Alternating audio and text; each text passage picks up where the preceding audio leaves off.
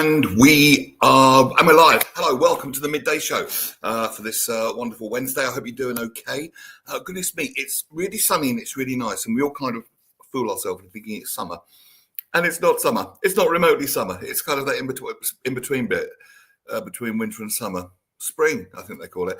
But for me, as soon as it turns February, I tend to think it's summer. We're going to bring our first guest on. We've got two really cool guests today on the Midday Show. So welcome. All comments are welcome in the timeline. Any questions for our guests? Any questions and comments? Love to hear from you. If you're one of our regulars and you just want to say hi and check in, we'd also like to hear from you too, because we've got a nice little group of regulars that kind of sit at the end of the metaphorical radio bar with their own tankard and show up on every show. Let's bring our first guest on. We've got the lovely Sarah Onions. Hello. Hi, how are you? I'm really good. How are you, Sarah? Yeah, very good and very busy because this year it's VE Day, Victory in Europe Day. And It's a special one, Neil, because it's 80 years after the end of World War II. Sure. So with my writing partner, Laura, I've written a book called 1 Year, 1 Night by S.L. Roman, which is set in World War II. So I'm having a push, really, to get more readers. Right. Well, you're very welcome to push it as much as you like here. Let's just give the listeners a little bit of a backstory. We got to know each other in our mutual radio work, working for Radio Jackie. Even though you've done it. Tell us about yourself, tell us about your timeline, sort of how you got, because I know you're a Northern now, you've done a ton of radio, just sort of bring us, how did it all start? Tell us the timeline. Yeah, I mean, I came from a journalistic family, so I was brought up with deadlines and news copy, all of that, and always writing stories of one type or another. My dad was the first news organizer for the BBC, so he covered the moonshot, and I remember seeing the rocket take off at Cape Canaveral, which was amazing. And he also covered the death of Martin Luther King. So you know, that was my background. And then, as you said, I loved working in radio, particularly local radio, working with people like you, Neil. I love working with the DJs. I still miss it. I love that banter, and I love that personality on air, which is fantastic. And I actually went into teaching of media studies and teaching of journalism because I had young children, and I knew that it's a tough job to try and to do that as well. And that's how I found the story of 1 Year, 1 Night. And the thing is, Neil, when you're teaching it, the students always know everything first. So they'll come in and they say, "Miss, did you know that so-and-so is going to get married?" or something like that. You know, they always seem to know. And they knew this story of an evacuated boy who had died at Strode's College in Egham. Right. So this was about 2010 or before that. But I always thought, I was still working in radio then, but I always thought this could make a story. So we pick up these things from time to time, don't we? I'm not a writer, but I remember once just chatting to a guy down the local, and he told me about this story where someone in the family had passed away, and they were doing the house clearance, as you do. It's one of the difficult things that you do in a situation like that. And they found this old picture. And, sometimes you see it in films. There's like a note behind the picture frame. You take the picture apart, and it's been on the wall for ages, but you can't see the note behind it. And written in there was a confession, if you like, from someone earlier in the family, which turned the last 70 years or so of everything they believed about the family on their head. Now, I can't remember what it was now, but I remember what a premise. So do you get that as a writer? Suddenly, well, you obviously do, something just, let's call it the muse, shall we?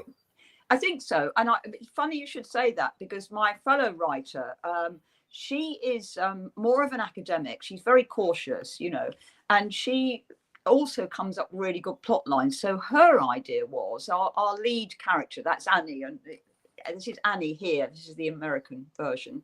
She goes back to the village where she lived, when the war started, and she goes into her room and she reaches for her diary and finds it, and it's still there, and it's been Wow. burnt and it's dusty and all of that. So that idea of finding a document or finding an artifact, really interesting. And as you say, it can turn your view completely.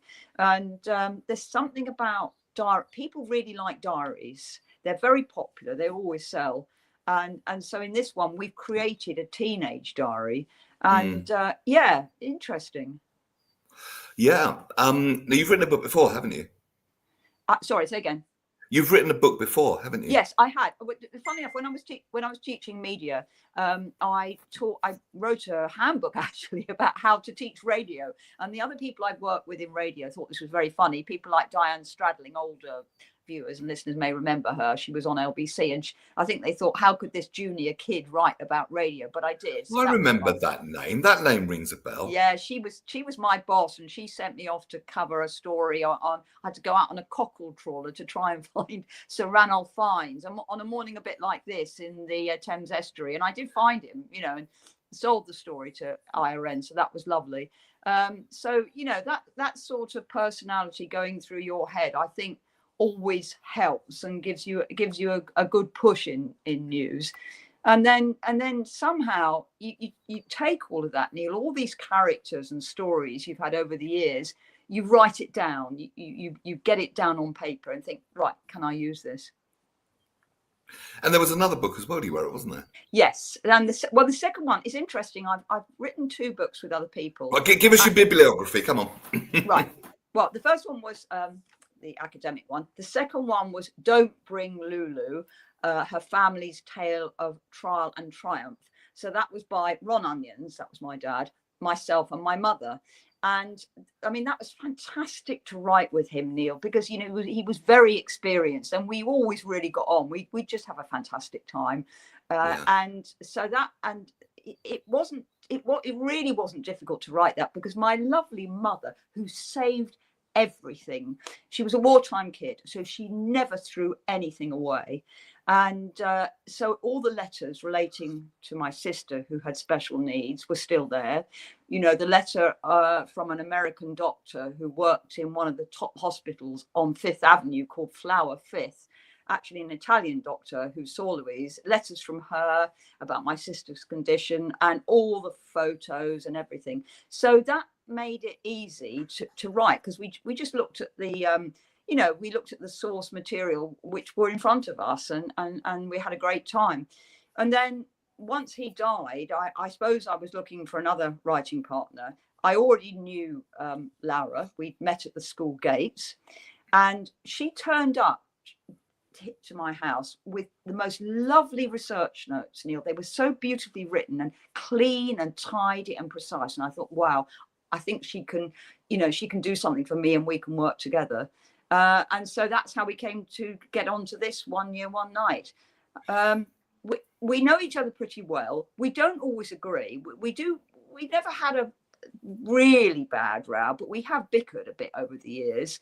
But once we get together and start chatting, from somewhere the ideas seem to flow.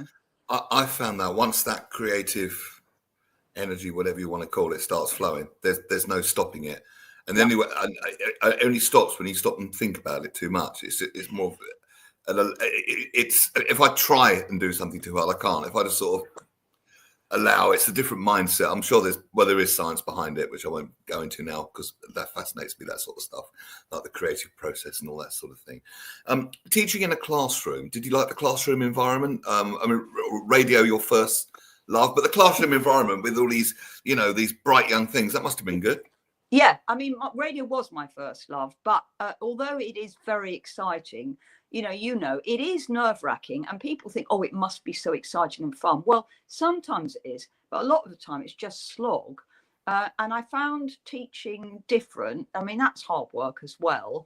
I loved looking back and seeing how the kids who I've worked with did. And if I hadn't have gone into teaching, I wouldn't have found this idea. And I mean, this was the idea which got us to America. So I think it was right that I did do that. Some of it is hard because sometimes the kids don't want to be there. And then, there's not really very much you can do about that.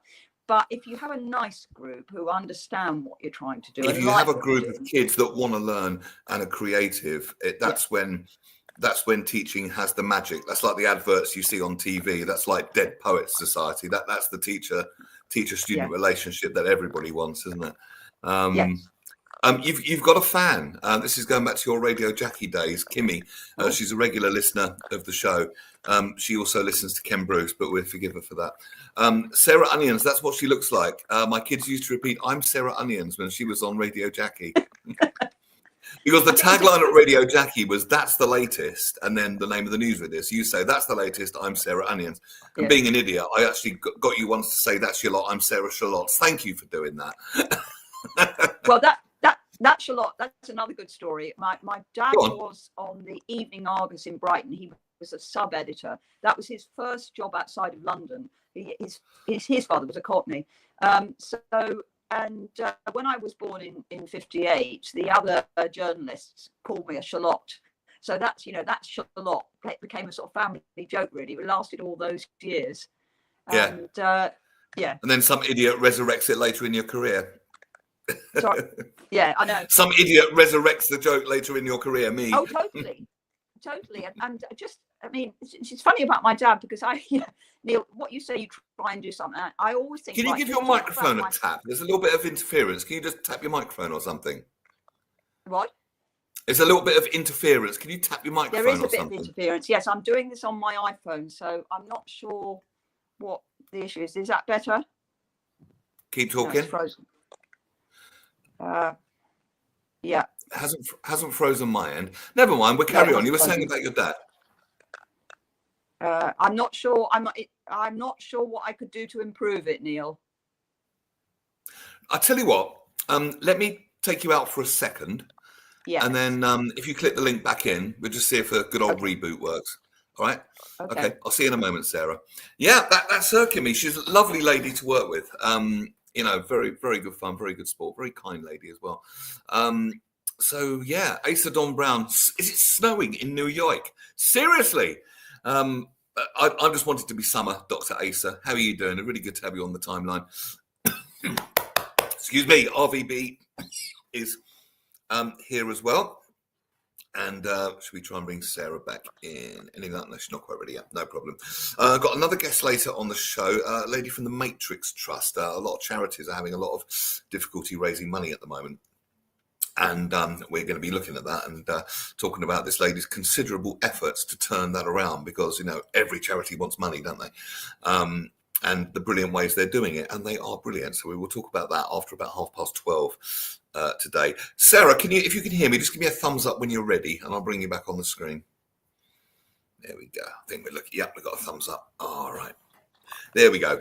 We just go with it. We see what happens. Welcome back, Sarah Onions. Thank you. So you were talking about your dad. Yeah, the thing about him, I always say, right, I'm going to keep him, in the background, but he always seems to creep in.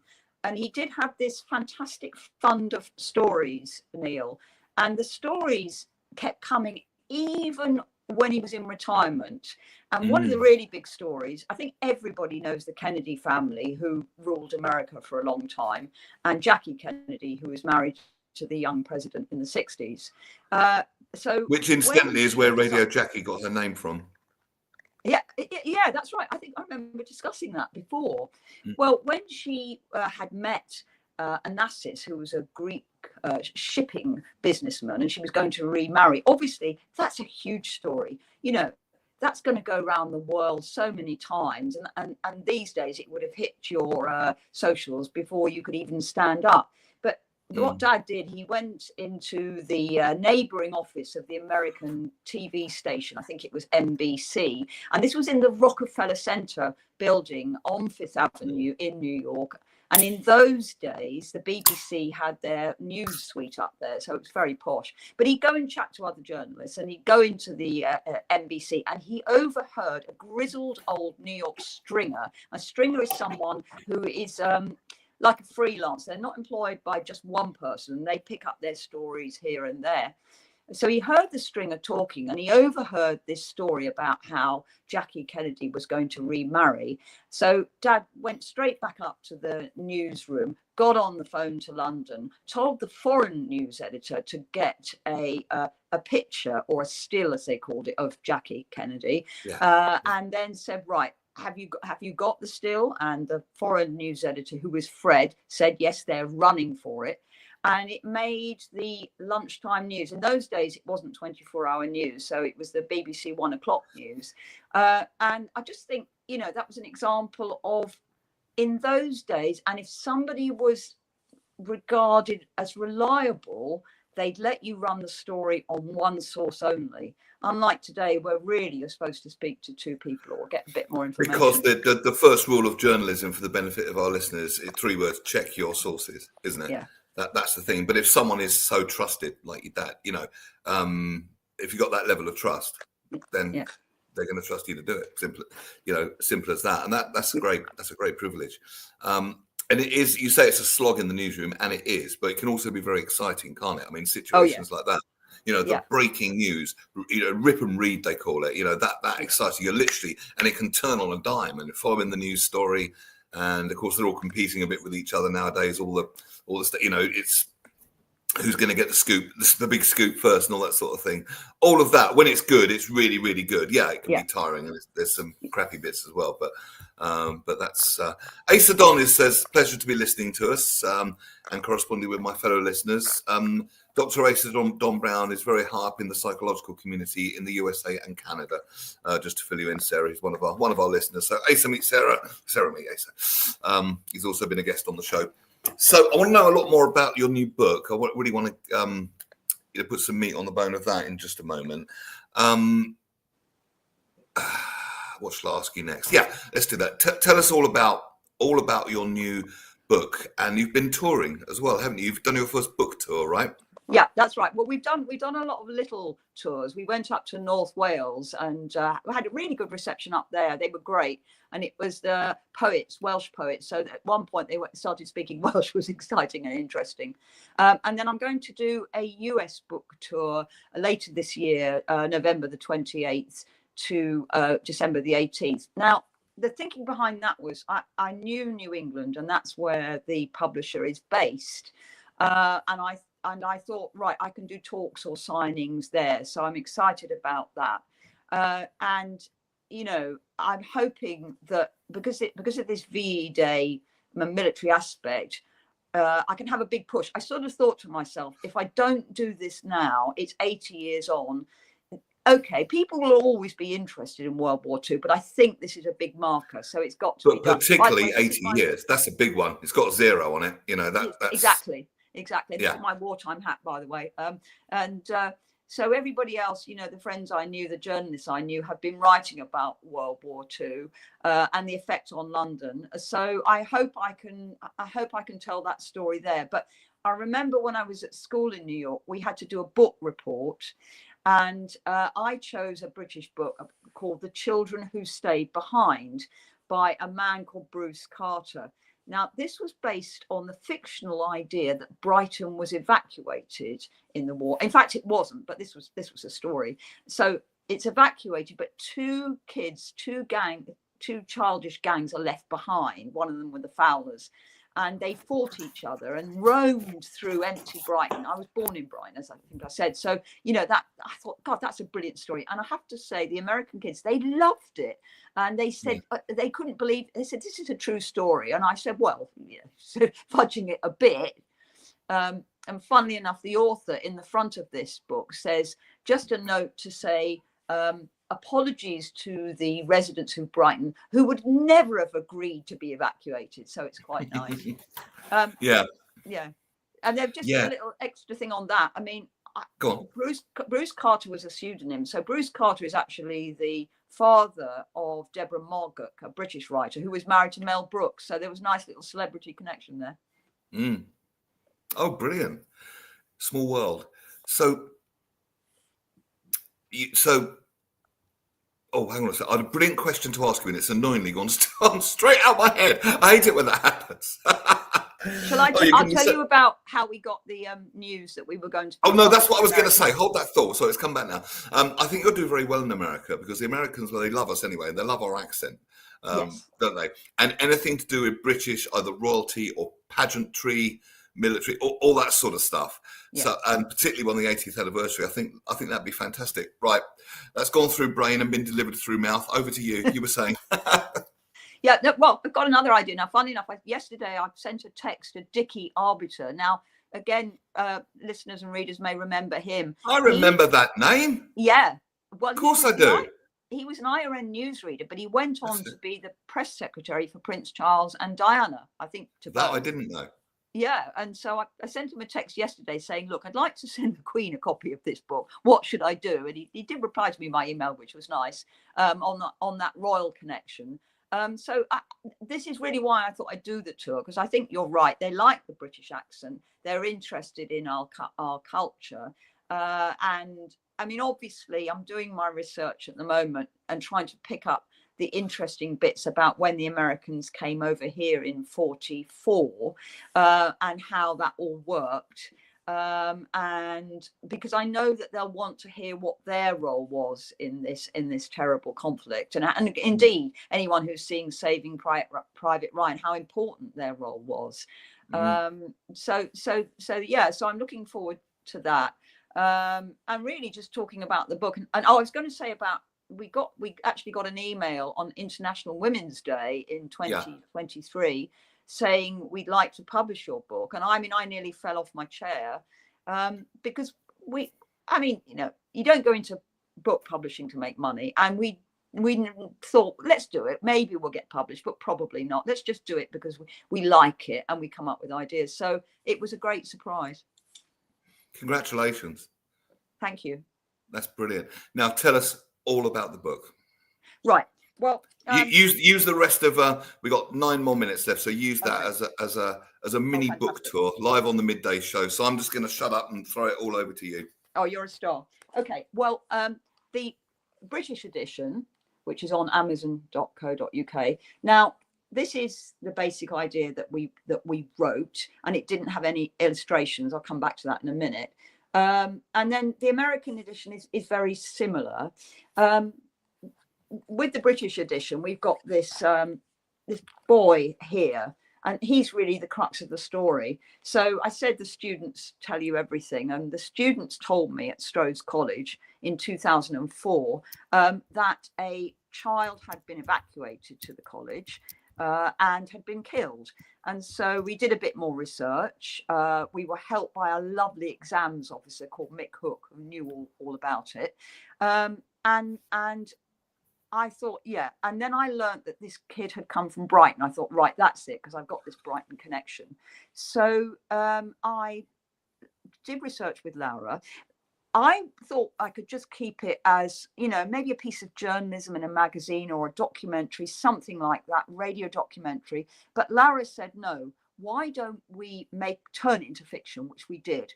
So we took this character. He was Ken, sorry. We turned him into Ben. And Annie was based on one of the girls who the little boy was killed with. So we made all these characters, and we even created this new village called Millside, west of London. And, we had great fun with that and enjoyed it. We were always asked about our research, and we did lots of research. We went down to Brighton.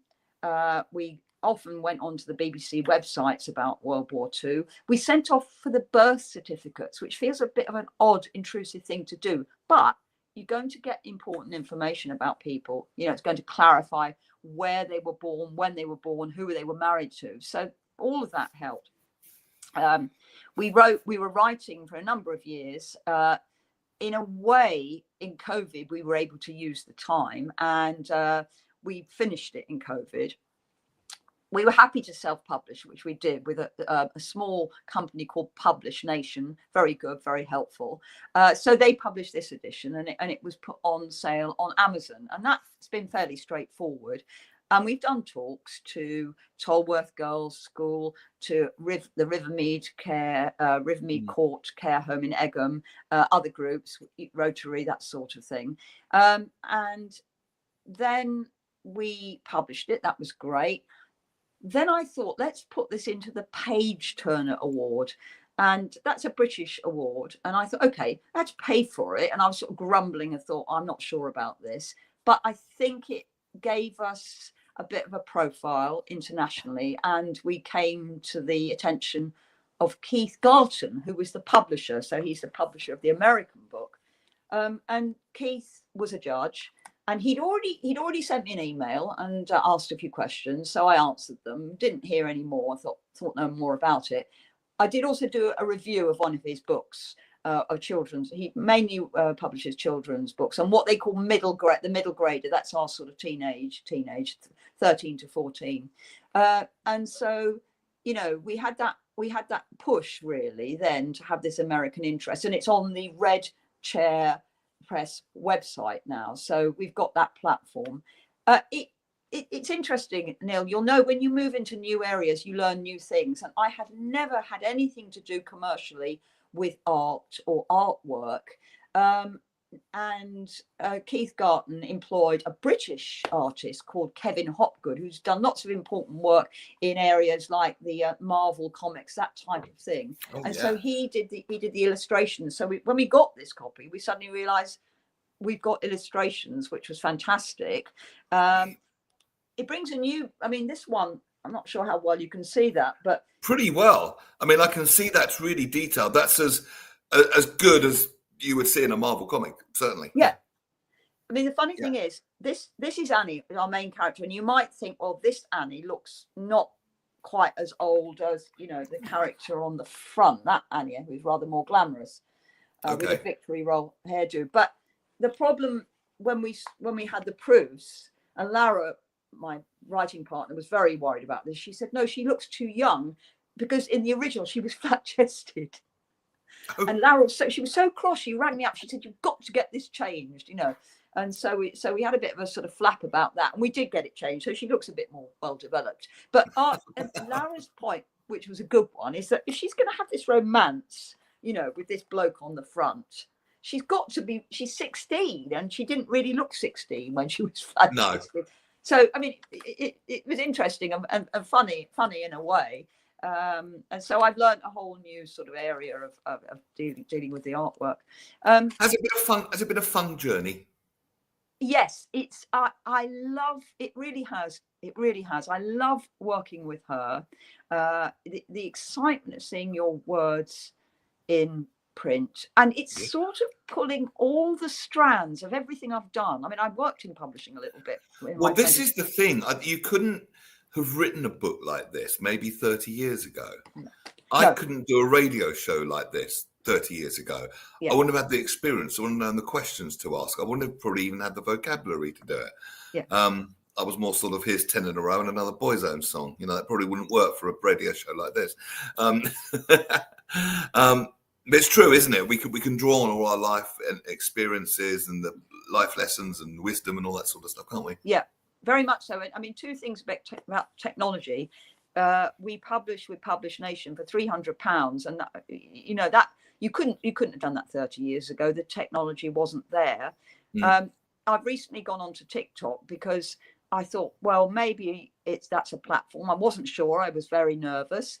And also people are saying all the time, oh, young people don't read.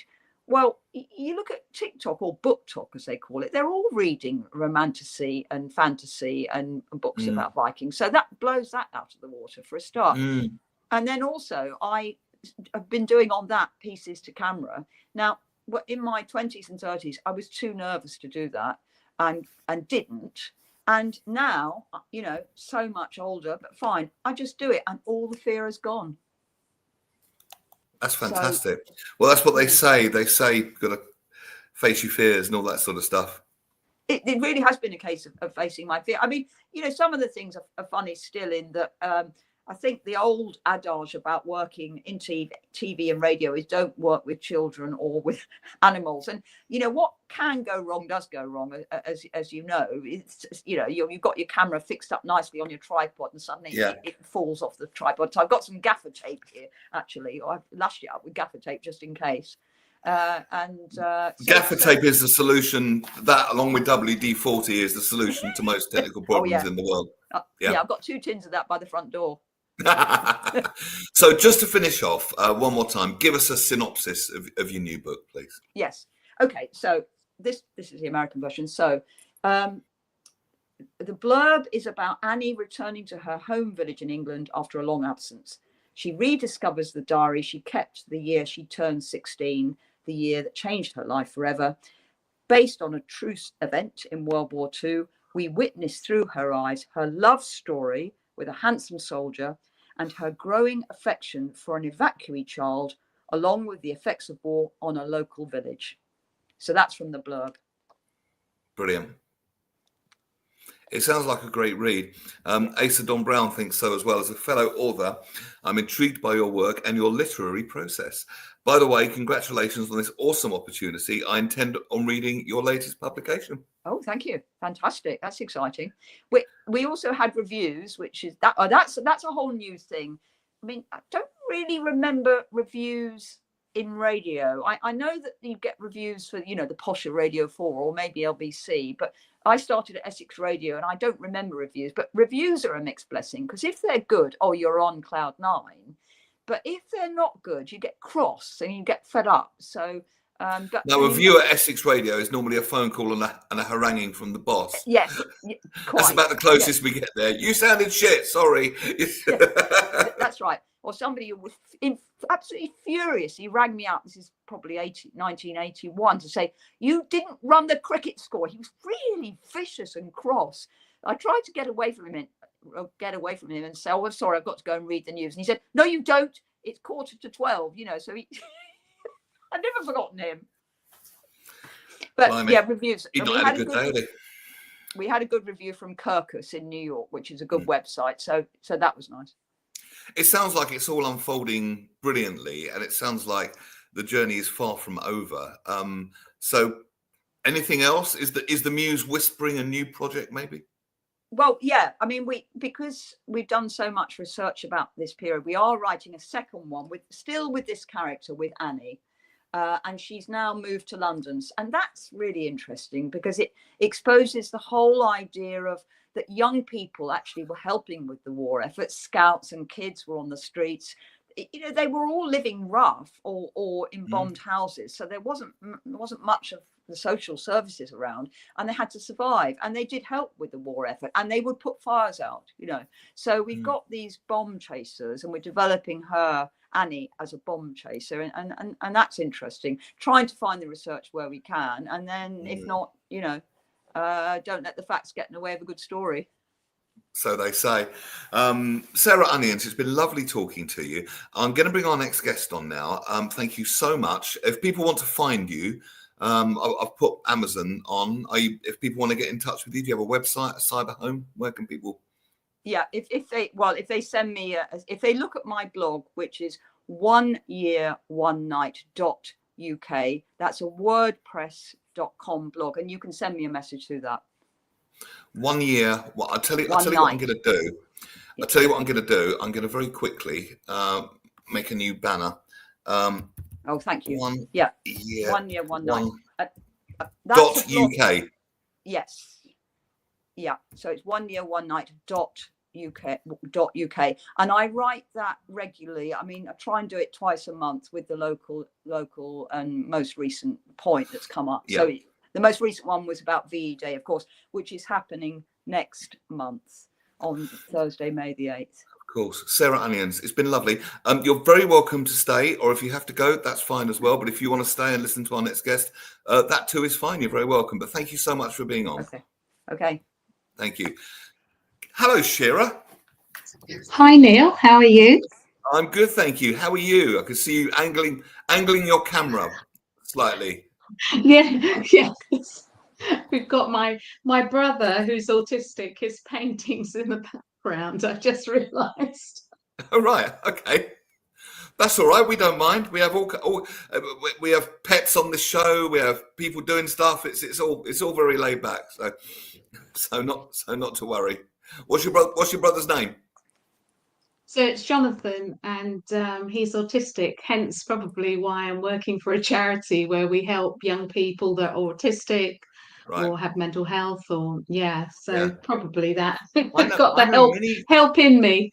Yes, indeed. Yes, indeed. You've had personal lived experience. I know many autistic, because I do stand-up comedy. I know many autistic comedians, and some of them are really very good. Very, very, very, very good indeed. So we want to learn a bit about or a lot about the Matrix Trust. Really use this as your platform to tell us all about it, what it does. You are the second Shearer that I've met in my life. One is a personal friend of a friend, spelt the same way. The only other Shearer I knew of was Alan Shearer, the footballer, but not as a first name. So you're my second ever Shearer. Where does the name come from? So funny you say Alan Shearer. I used to work with his cousin. Did you? So I got nicknamed Alan Shearer because my boss couldn't pronounce Shearer. So Right. another senior just banged her hand on the table and said, "It's Lynn Shearer, the football player. Get it right." Yeah. So that was my nickname. Super Alan Shearer. So Anyway, Shearer comes from the cartoon She-Ra, Princess of Power, the American but cartoon. that's She-Ra, not Shearer. Yeah. So I don't know. So kind of that, I guess. Anyway, I was just curious. Shearer, tell us all about the Matrix Trust and what you do and why it matters. So I'm Shira, and I'm head of fundraising. And really, my job and experience is really to bring those supporters in to help young people that are suffering from mental health. So, the Matrix provides a lifeline for vulnerable young people across Guildford Borough, building long term relationships. We provide activities within schools, so we do one-to-ones.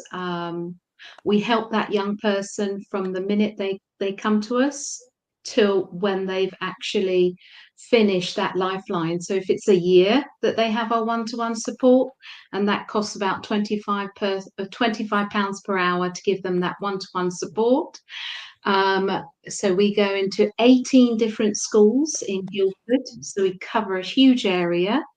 We're in the community, so we nurture, we inspire, connect and empower, helping them make the most of their lives. We also provide after school kind of like a club in a way. So after school, Workshop Wednesdays. Yep. Yeah, Workshop Wednesday. So this is just an example. So they can come to the Hideaway Cafe, which is just across from G Live. So anybody can come in. Each day we have a different year group, but that's something you can contact us and we can let you know. And they can come in, get that support. We have free dinners on Friday.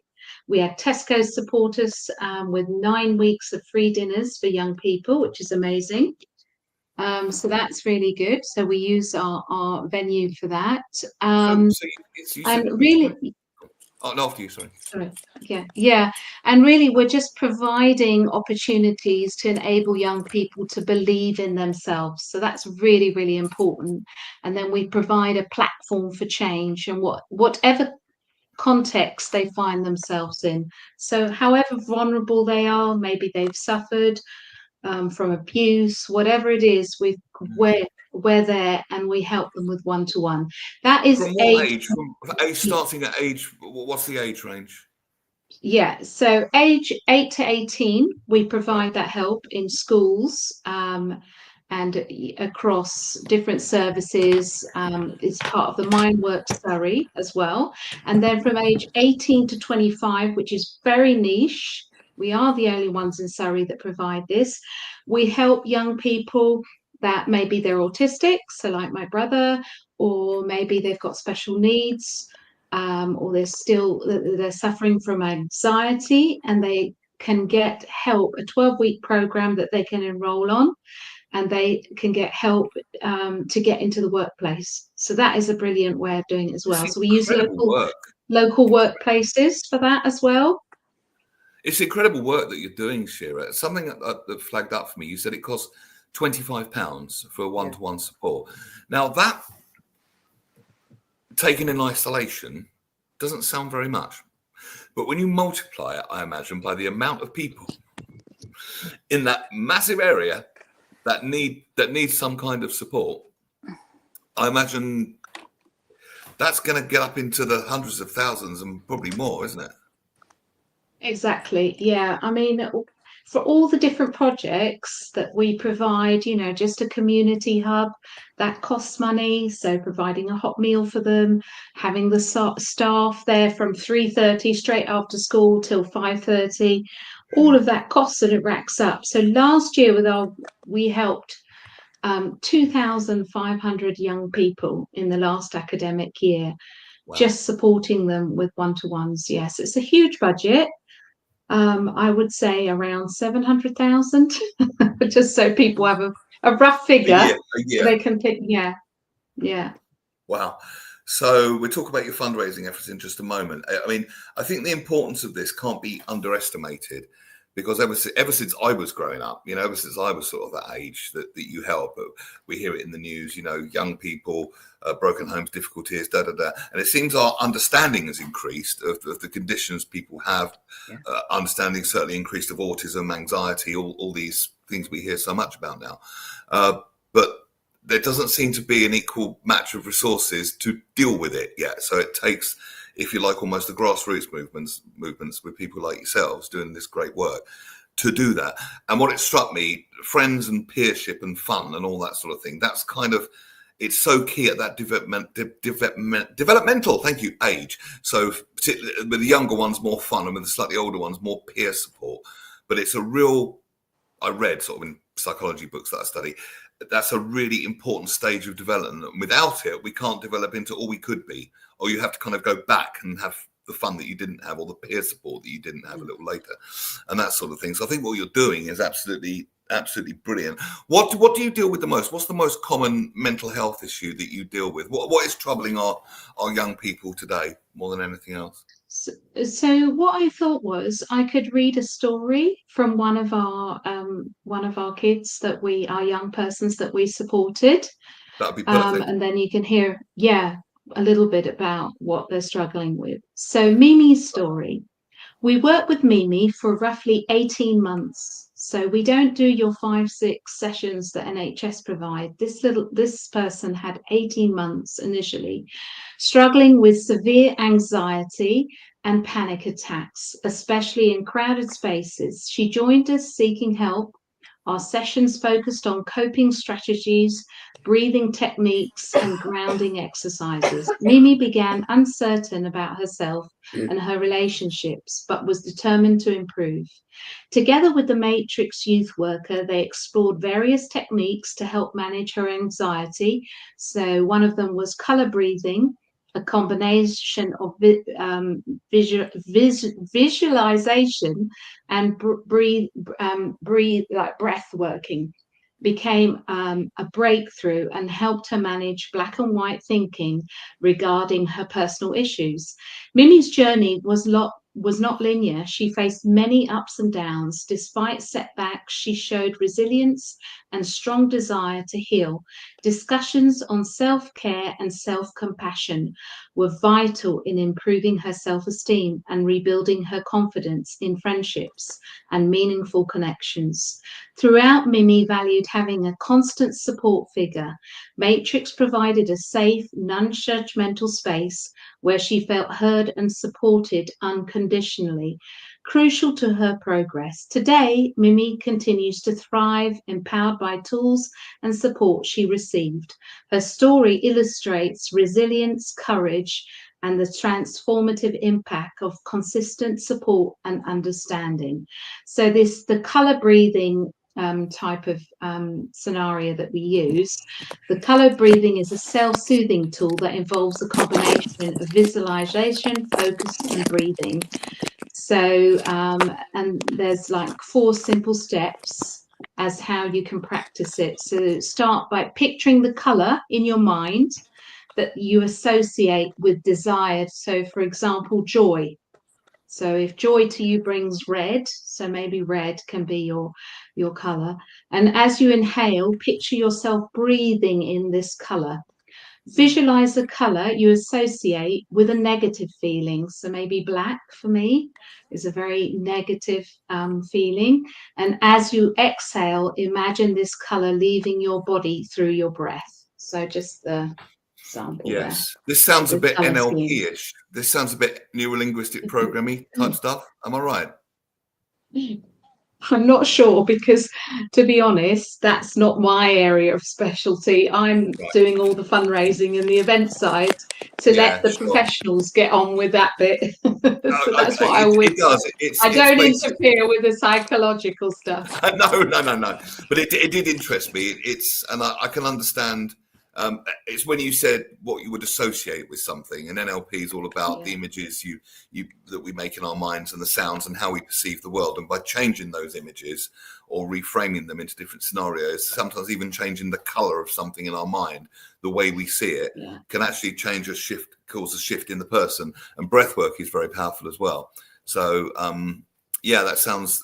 And also when I picked up on when you said black and white thinking, that's very polarizing. It's either this or that. I mean, look at the world nowadays. You know what I mean? It's pick your side nowadays, isn't it, in the world? But to give it full color, it's much more of a spectrum. There's a lot more to choose from. It gives people a greater smorgasbord of things to choose from, rather than just this or that, which can be very limiting, can't it? Particularly in a young Yeah. person's mind. Yeah. This sounds absolutely. Yeah. And This sounds absolutely wonderful. I think also when, when it's bright outside and the sun is shining, we feel more positive as Mm. well. And I think the spring brings that. That helps as well. I think for just people that aren't suffering from mental health, for example. Yes, I think so. I think everything seems a lot more hopeful, doesn't it? When the sun's out and everything looks and feels and smells and tastes better. It's just nice. Or we just have horrible grey days over here, or too many of them in the UK. That's the thing. So we're spoilt when we That's see the it. sun. Now we got our our resident guest on the show, Dr. Asa Don Brown, who's very big in the psychological community in the USA and Canada. He asks you this, Shira, do you offer parents and families respite? Do you offer the caregivers training opportunities? And have you considered making such trainings available online? Because I remember we talked about care and how difficult it can be here on the show before. And, I think the mantra carers need care too always rings true. So any thoughts on that? Yeah, so what we do offer for families, we do courses so they can come to the venue. We tend now to do it at the venue because that just brings that social aspect together. They can meet other parents experiencing that. So we have confronting toxic masculinity, talking teens courses, drug awareness, self-harm and suicide. So we have all sorts of different courses, and you can go to our website, the Matrix Trust. It's the link is on the screen, www.matrixtrust.com. And if you go down to events, you can see what courses we're offering each month. And then also we do for parents that are waiting. They're on the waiting list to get help for their young people. Once a month they can come in, meet other parents, and also get support for their young person, and they can go off and have an hour, have a coffee break, have a walk, just get away, leave their young person and have And that that's fun. important peership for the parents as well. That need for Yeah. peer support doesn't go away Yeah. as we get older. It's just not the key focus, assuming it's been fulfilled at the time it should have been, if you know what I mean. Yeah. So that peer support's really... How do you place to just... stay? We don't offer that Okay. for parents, because that was part of the question. Yeah, thank you. I mean, just pick one of those off the top of my head. I mean, how do you go about treating something like self-harm? If someone's doing that, what do you know? How is that treated? Yes. So basically, we have social workers that are on board. They're part of the team, and they go into the school. They might be recommended by the school, maybe a parent, or maybe themselves. They've come to the Matrix Trust and said, look, this is what I'm struggling with. and that social worker will have a one-to-one and treat that person. The ins and outs of how they go about it, I don't get involved with, but the treatment and it's all there. They're given that one-to-one and help. That's brilliant. So if they so I they mean, can be I'm a referred big by fan already. anybody. Big fan already of what you're doing. Now, you're all about fundraising, so let's talk about Yeah. 2 big fundraising events you've got. Now, you sent me some links for these, and as you often find Yeah. with links, I was going to put them on the screen, but they're all underscores and dots and dashes, and no one ever be able to write them down. Yeah. So what I've done, I've taken the liberty of shortening them. Yeah. So if you go to tinyurl.com/mball 2025, that will take you straight to the page of the masquerade ball on the long link that you That's sent me. brilliant. And I've got another one for the golf day, but let's talk about the masquerade ball first of all. Details, dates, times.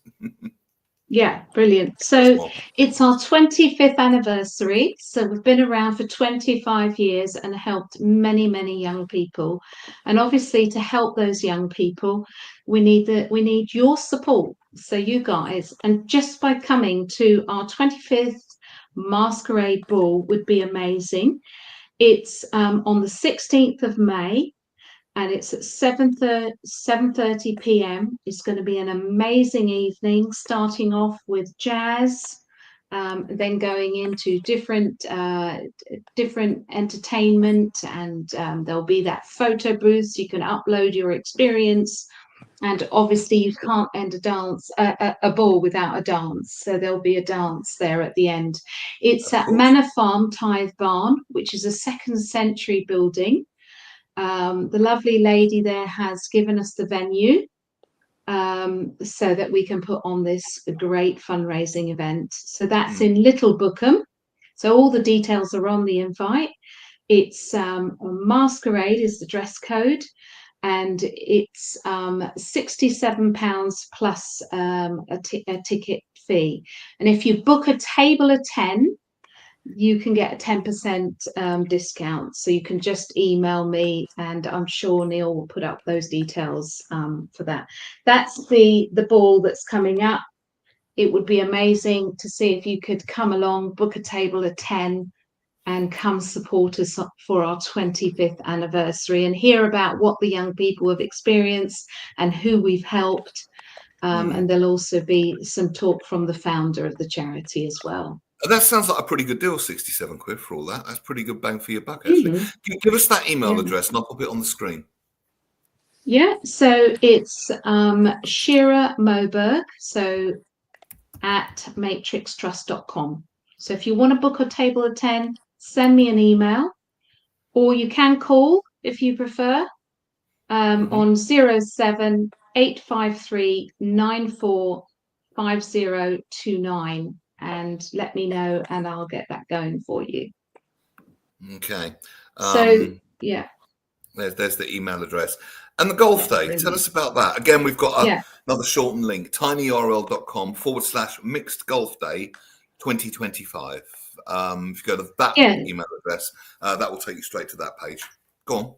So because we're celebrating our 25th, we need to fundraise 25k. So that's kind of our ambition. So I'm putting on lots of events.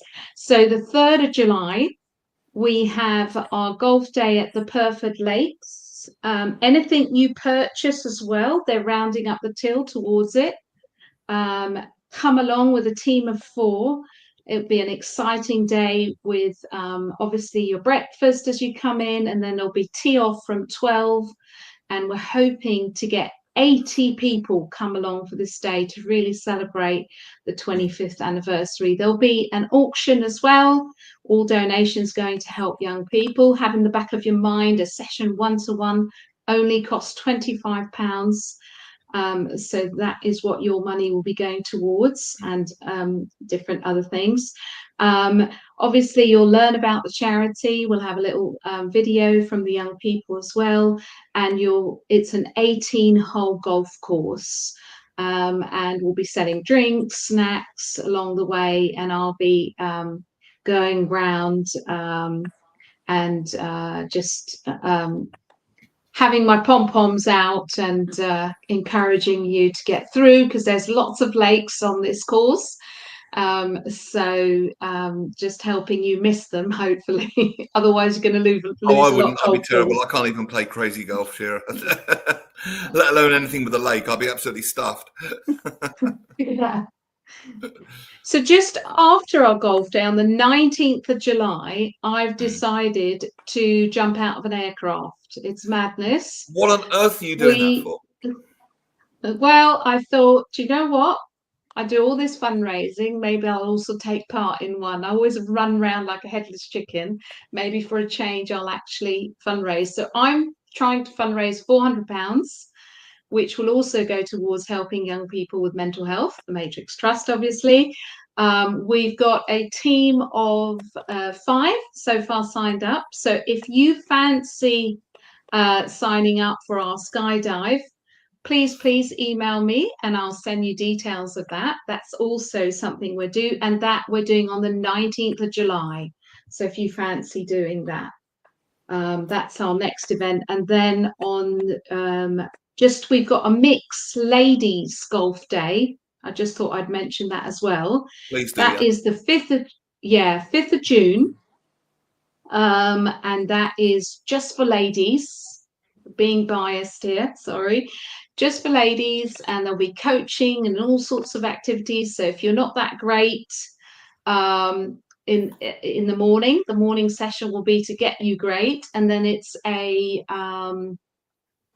6-hole course, so it's smaller, it's not as daunting, and it will be just ladies competing against each other and having a great day. There'll be a barbecue and also a raffle and a silent auction.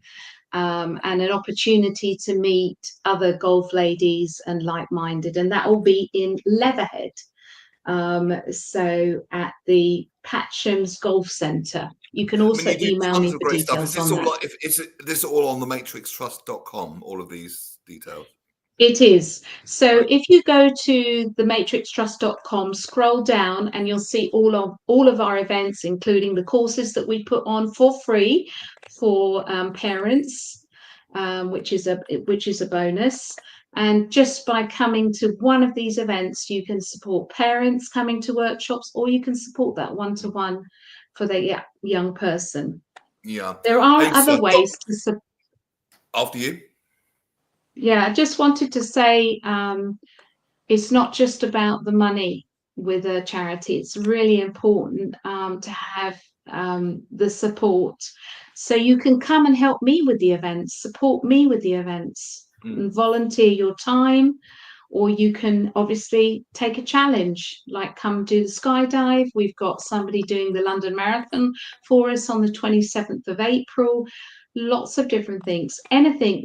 We've done afternoon teas. You can come use our venue. Somebody's using our venue to put on a curry jazz evening. Ticket it, and the proceeds go to the Matrix Trust, and you get me for free, running like a headless chicken round and doing the bar. What a bonus. So there's so many different projects and ways that you could come and help the Matrix Trust. You're quite busy, to say the least. Dr. Asa says it's such a vital aspect of providing care. By the way, Asa is great to have her on your team. By the way, I'll share your information with the London-based psychological organisation that I serve. Thank you, Dr. Asa. That's absolutely brilliant. We bring you the best guests here on the Midday Show and the best contacts. Now we did talk about possibly running a comedy fundraising night, didn't we? When we had a conversation on the phone. We did. I'm not going to put you on the spot now, but I'm still up for doing that. We recently did one for a local vicar. Well, actually a rector, not a vicar. But he didn't tell us he was a rector until the end of the night, because it was a room full of comedians, and the puns, he wouldn't have stood a chance. But that was his reasoning. That was his words, not mine. But we raised $3,000. So it's not for children. I will be very clear about that. It's quite naughty, but it did raise $3,000. I know a bunch of people that will probably get behind that. Yeah, I think that would be amazing, Neil, if we could put that on. I think you'd make everybody laugh their socks off. And I could do the bar. So Well, always good. You can always put me to good use. Well, it sounds like you do enough already. How do you relax? Do you ever have downtime? Do you ever chill out, have a nice bath with Epsom salts and relax, or is it non-stop forever? For me, relaxing is going away and doing sightseeing because that's my other expertise. I was a lecturer in tourism and aviation, so I love walking and sightseeing. So Where's your and favourite place to go? experiencing. Oh, so I'm a scuba diver to add to my bow. So I like anywhere that has beautiful scenery. So I've done the Red Sea, I've done Australia, so the Great Barrier Reef. I've dived all over the Caribbean, Mexico, Thailand. I like places where there's lots of fish because under the water, nobody talks to you, nobody answers back. It's brilliant. You just chill when you're diving under the water, A and friend of mine I'm did not scuba allergic to diving. fish. No, a friend of mine did it. He said it's like going into an alternate universe. It's like going into another world. He said it was absolutely incredible. Relatively recently, I was in the Caribbean with my daughter on holiday, and we did a little bit of it. And she saw a turtle close up, and I didn't. But there again, it was her holiday, so it didn't matter. But yeah, it sounds amazing. What a lady! In fact, what ladies! I've had a great show today. Thank you, both of you, Sarah Onions and Shira Moberg. Anything that Shira's discussed, it's thematrixtrust.com.